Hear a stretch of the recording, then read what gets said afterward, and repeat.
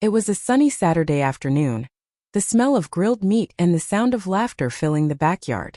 I had always enjoyed our family barbecues, but that day felt different. My wife Sarah had been distant for weeks, her smile strained, her conversations clipped. I tried to brush it off, telling myself that maybe she was just stressed with work or the kids. But deep down I knew something was brewing. As our friends chatted and kids ran around, Sarah stood by the grill, holding a glass of wine. The moment felt like a calm before a storm. Then she said it, clear and deliberate, cutting through the hum of the gathering. "We have an open marriage." The words hit me like a punch. For a moment I couldn't process them. My mind raced, trying to understand what she meant, how long she had been thinking about this, and why she hadn't even hinted at it before. Guests around us chuckled nervously, sensing tension but unsure what exactly had just transpired. I kept my voice steady, calm on the outside while a storm brewed inside. I turned slowly toward her friend, Emily, who was standing nearby with her usual smirk, the one that always seemed to imply she knew more than she let on. Our eyes met for a second, and in that moment, I understood something Sarah hadn't realized. This wasn't just a casual suggestion, it was a test. Emily tilted her head, her expression curious, almost playful. Without a word I asked, "And what do you think about that?"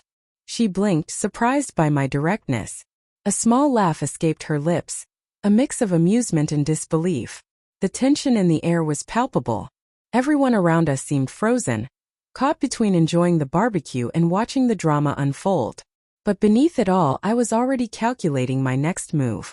In my mind, I was dissecting every look, every pause, every subtle gesture, because I had learned long ago that people reveal more in their silence than in their words. Sarah watched us, confused, maybe even a little proud of herself, thinking she had caught me off guard. But she didn't know that I had been paying attention for weeks, noticing the subtle changes in her behavior, the whispered conversations, the unexplained messages on her phone. This open marriage announcement wasn't a surprise. It was the culmination of a story I had already been piecing together. I smiled slightly, letting the calm exterior mask the storm inside. "Interesting," I said, my tone measured, deliberate.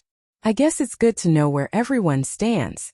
Over the next few minutes, the atmosphere around the barbecue shifted. People tried to make small talk, but every glance in our direction carried a subtle tension. Sarah continued to sip her wine, her cheeks slightly flushed, clearly pleased with the ripple of shock she had created.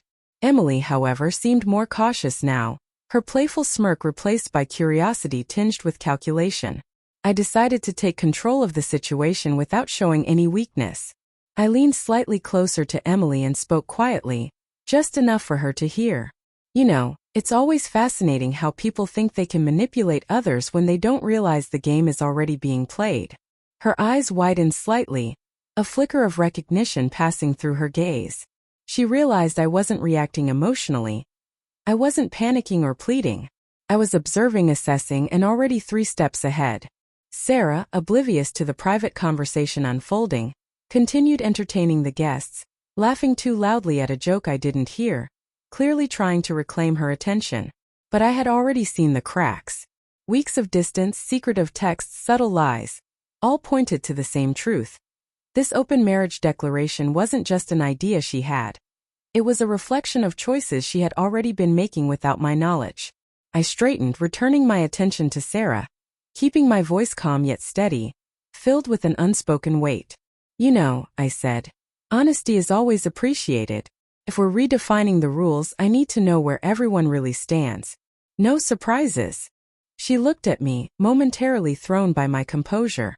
"I thought we had talked about this before," she said, her tone defensive but unsure. I shook my head slowly. "No, we haven't. And that's the problem."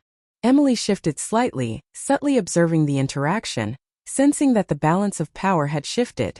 The other guests were oblivious, caught up in their conversations, but Emily and I shared an unspoken understanding. In every story like this, someone always underestimates the other, and it rarely ends the way they imagine. As the afternoon sun dipped lower, casting long shadows across the yard, I realized that this was more than just a moment of embarrassment or tension. This was the point where truths would start to unravel. I had learned over the years that people often reveal their intentions through small, careless details, The sidelong glance, the lingering laugh, the way they avoid certain topics. And I was watching it all, taking note, preparing for the moment when clarity would demand action. By the time dessert was served, I had already formulated a plan. Not to react with anger, not to argue, but to confront the situation with precision. The open marriage announcement wasn't just a challenge. It was an opportunity to see who was loyal, who was deceitful, and who underestimated the consequences of their actions. As the evening wore on, the party began to wind down. Guests said their goodbyes, leaving only a few lingering friends and the faint smell of smoke and grilled food in the air. I took a deep breath, feeling the tension between Sarah and me, a silent storm that had been brewing for weeks, now threatening to break. I turned to her, my expression calm, my voice steady. Sarah, before we go any further, I need clarity. This isn't just a casual suggestion. You've been distant, secretive, and now this announcement. It all points to decisions you've made without me. I need to know exactly what you mean. Her eyes flickered with a mix of guilt and defiance. I thought we could explore this together. I didn't think it would be such a big deal, she admitted, her voice trembling slightly. I shook my head slowly. It is a big deal. Because trust is everything. And trust isn't something you can redefine on a whim. Emily, standing a few steps behind, caught my eye. She didn't say a word, but the subtle nod she gave was enough. She understood the gravity of the moment and the careful calculation behind my calm exterior. I continued, speaking firmly now, with the kind of clarity that leaves no room for misinterpretation. If this is what you want, then I need to know the full truth. Have you already acted on this idea? Have there been choices made without my knowledge? Sarah faltered, her eyes darting away, and I could see the truth spilling out in her hesitation. I didn't mean for it to go this far. I thought it was just a conversation. I exhaled slowly, allowing the weight of my disappointment to settle in the air. A conversation isn't announcing it to everyone at a gathering, Sarah. That's a declaration. And declarations have consequences. I turned once more to Emily, my tone measured but sharp. Thank you for keeping me grounded in reality, I said quietly, a subtle acknowledgement of the silent alliance forming. She smiled faintly, recognizing the message.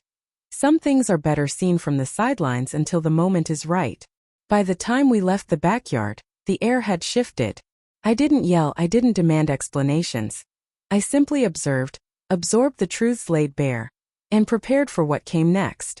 Sometimes the strongest response is not to react, but to see clearly, understand fully, and let actions unfold naturally. As we drove home, Sarah sat silently beside me, the weight of her choices finally sinking in. She hadn't expected the calm, precise clarity with which I had handled the situation.